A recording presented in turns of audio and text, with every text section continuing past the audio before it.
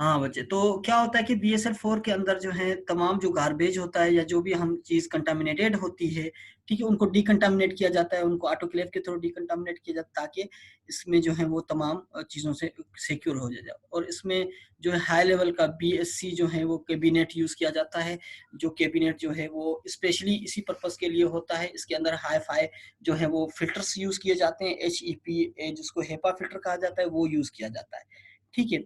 और जो है सेपरेट बिल्डिंग फॉर लैब, इस लैब के लिए जो बिल्डिंग होती है वो सेपरेट बनाई जाती है, दूर भी बनाई जाती है और जो है सेपरेट बनाई जाती है सबसे अलग, क्योंकि खुदा ना खास्ता इसमें ब्रेक आउट होने का भी खतरा होता है, ठीक है बच्चे, तो इसीलिए इसको सेपरेट किया जाता है।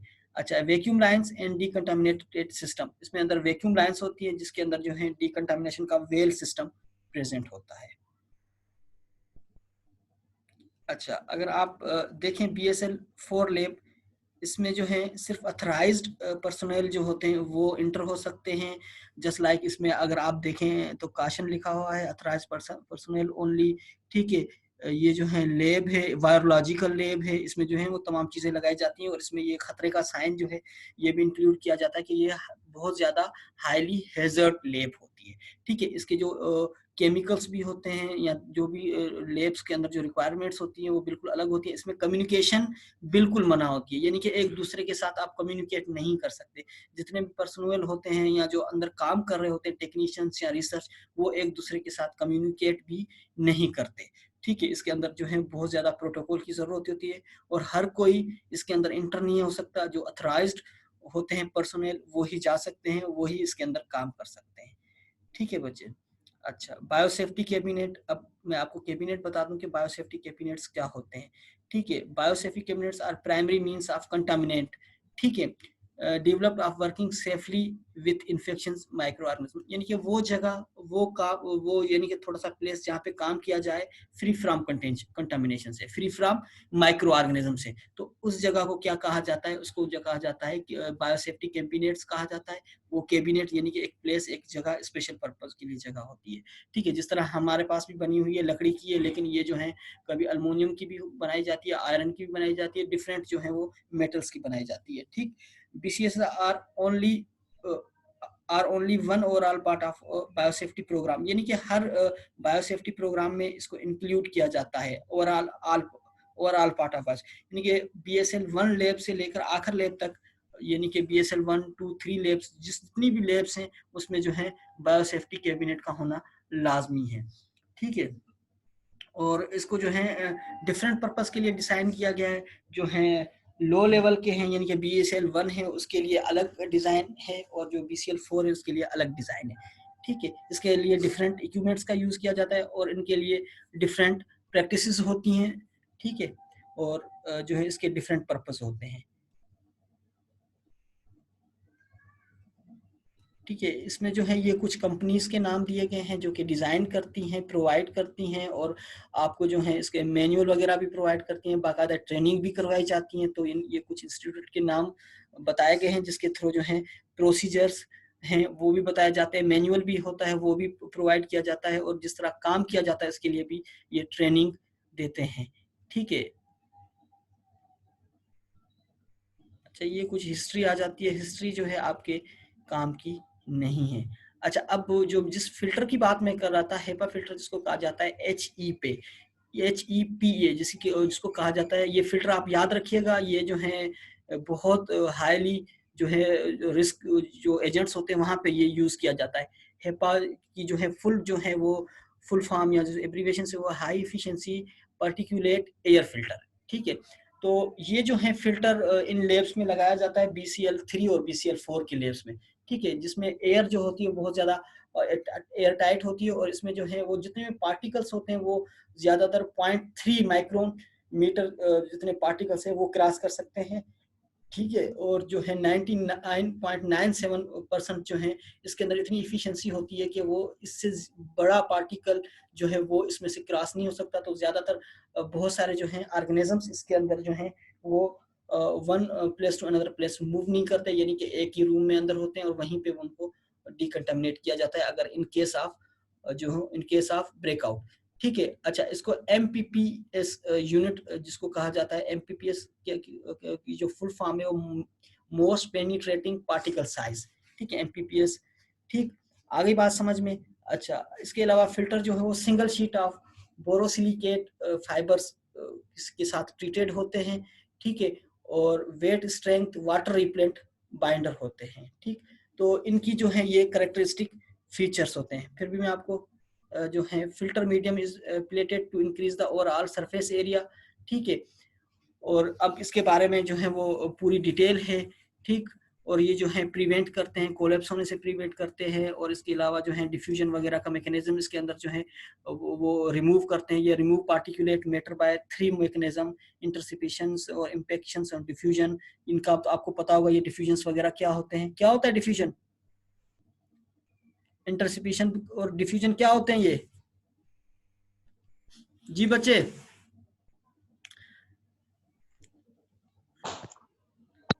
गुड, बताएं आप।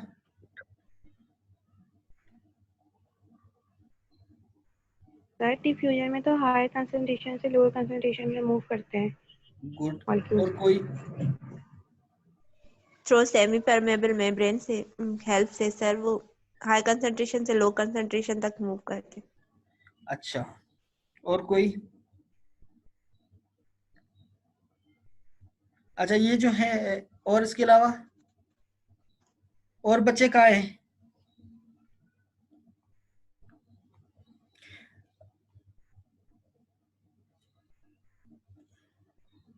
Higher concentration to lower concentration movement, और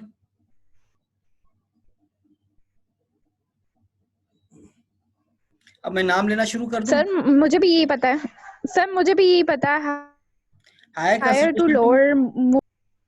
मूवमेंट होती है इसके अंदर। अच्छा, और इंटरसिपेशन? जी बेटा, इंटरसिपेशन क्या होता है?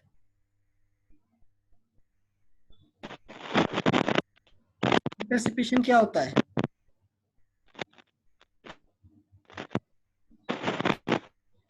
मुझे बता, आप लोग ही बताएंगे।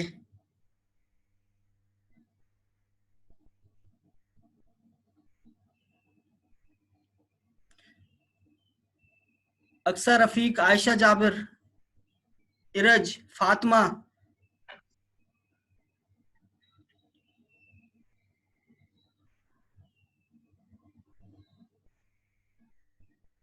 जी बच्चे, बेटा आप गलत भी बता दें कोई फर्क नहीं पड़ता।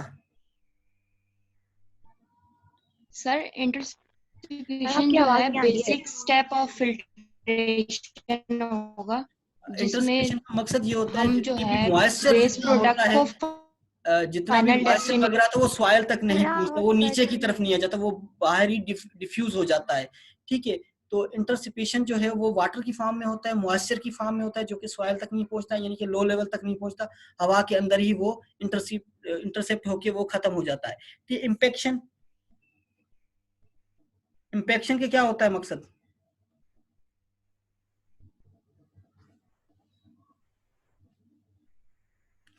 इम्पैक्शन का मकसद ये होता है कि वो अंदर ही फिल्टर पेपर के अंदर ही या फिल्टर के अंदर ही उसको खत्म कर दे, यानी कि जज़ब कर दे, या उसको जो है क्या कर दे, जज़ब कर देना, यानी कि उसको जो है एब्जॉर्ब कर लेना। तो ये इसके जो है फॉर्म के अंदर होता है। तो जो इस फिल्टर के अंदर ये तीनों एबिलिटीज होती हैं, जो वो पार्टिकल को रिमूव कर देते हैं 3 मैकेनिज्म के थ्रू, इन तीनों मैकेनिज्म के थ्रू।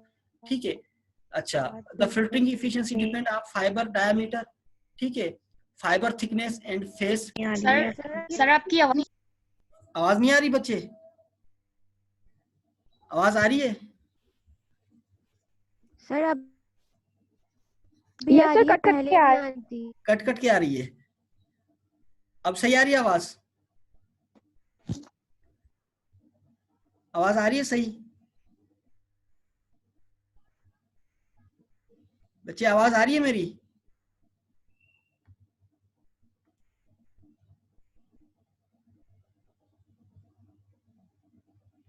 बेटा अब आवाज आ रही है मेरी आप लोगों को?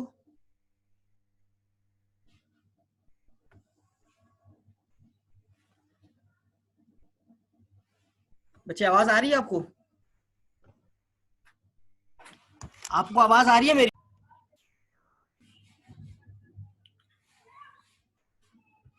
जी बच्चे, आवाज आ रही है मेरी आप लोगों को? बच्चे मेरी आवाज आ रही है आप लोगों को? ये जी यस बच्चे, सर, अभी आ रही है।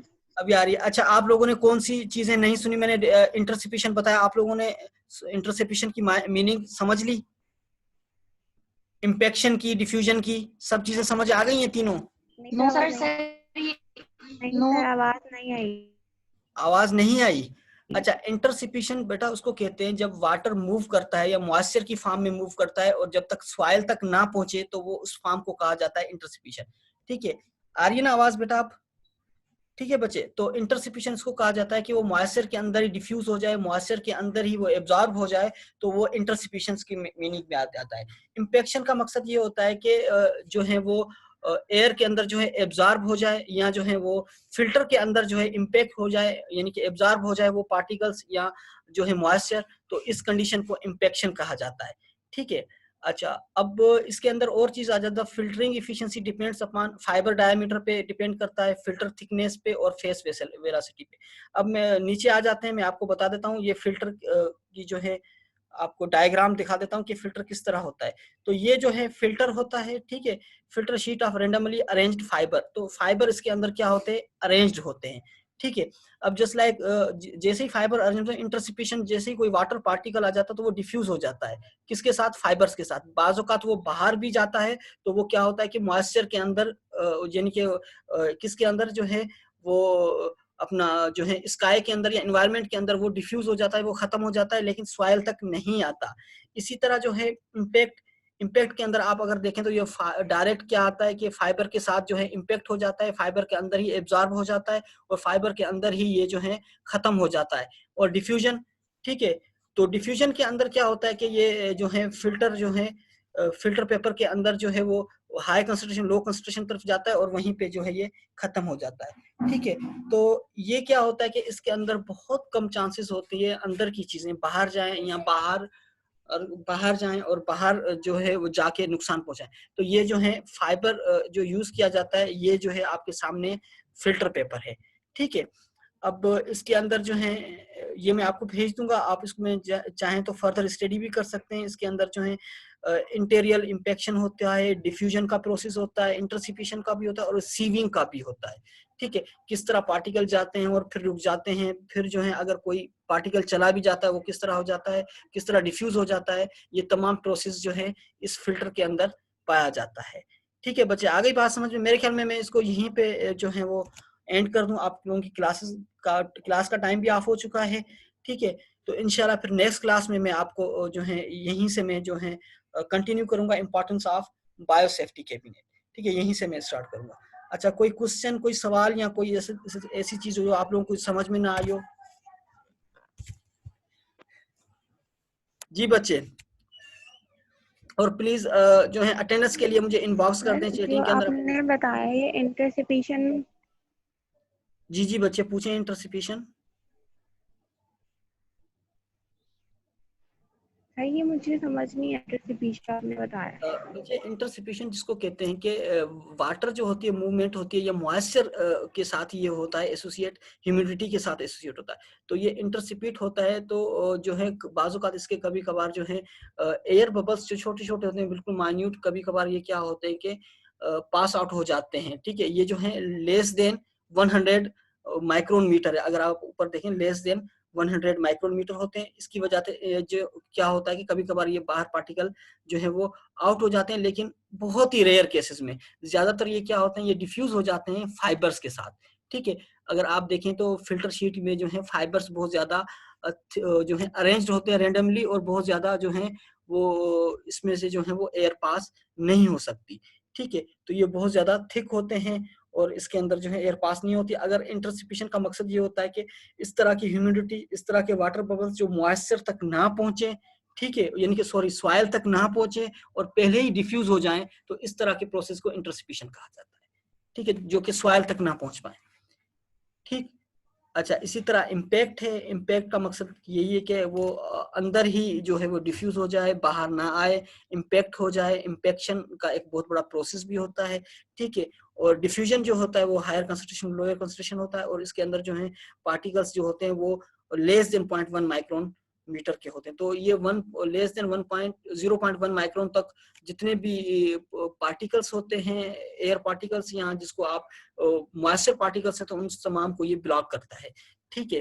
तो ये यहाँ तक आप लोगों को मैंने बता दिया। और इसके जो टाइप्स हैं या इसके अंदर जो हाईली पैक्ड है वो मैं आपको बता दूंगा, जो है कौन कौन से होते हैं, डिफ्यूजन होता है, इंटरसिपिशंस होते हैं, या सीविंग वगैरह जो है, ये मैं आपको यहीं से मैं आपको स्टार्ट कराऊंगा दोबारा, ठीक है बच्चे। कोई और क्वेश्चन, कोई और सवाल?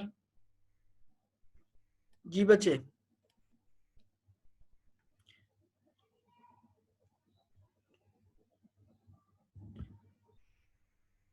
सबने अपने नाम भेज दिए मुझे? No sir. प्लीज मुझे नाम सेंड कर दें अपने, मैं अटेंडेंस ले लूं, ठीक है। या जो है आप लोगों की सीआर वो मुझे भेज देंगी। मेरे ख्याल में सीआर खुद भी प्रेजेंट नहीं है आज।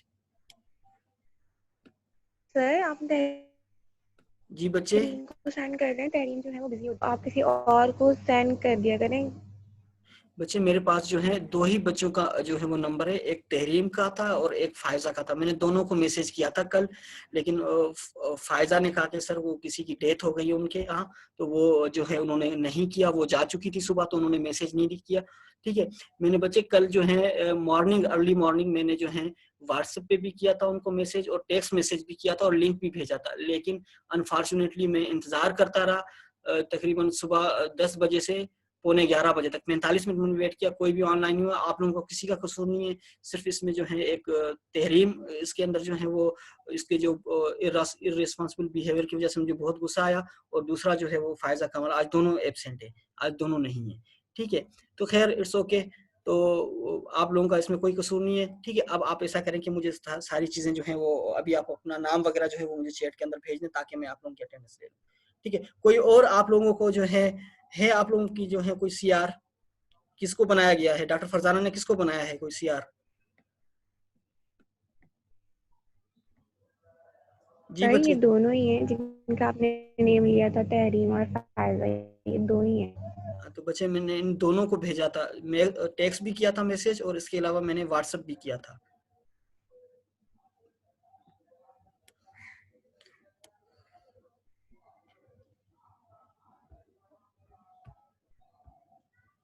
सही है बच्चे, कोई और क्वेश्चन, कोई और बात आप लोग अगर पूछना चाहते हैं तो? मीटिंग को एंड कर दूं मैं, क्लास को एंड कर दूं?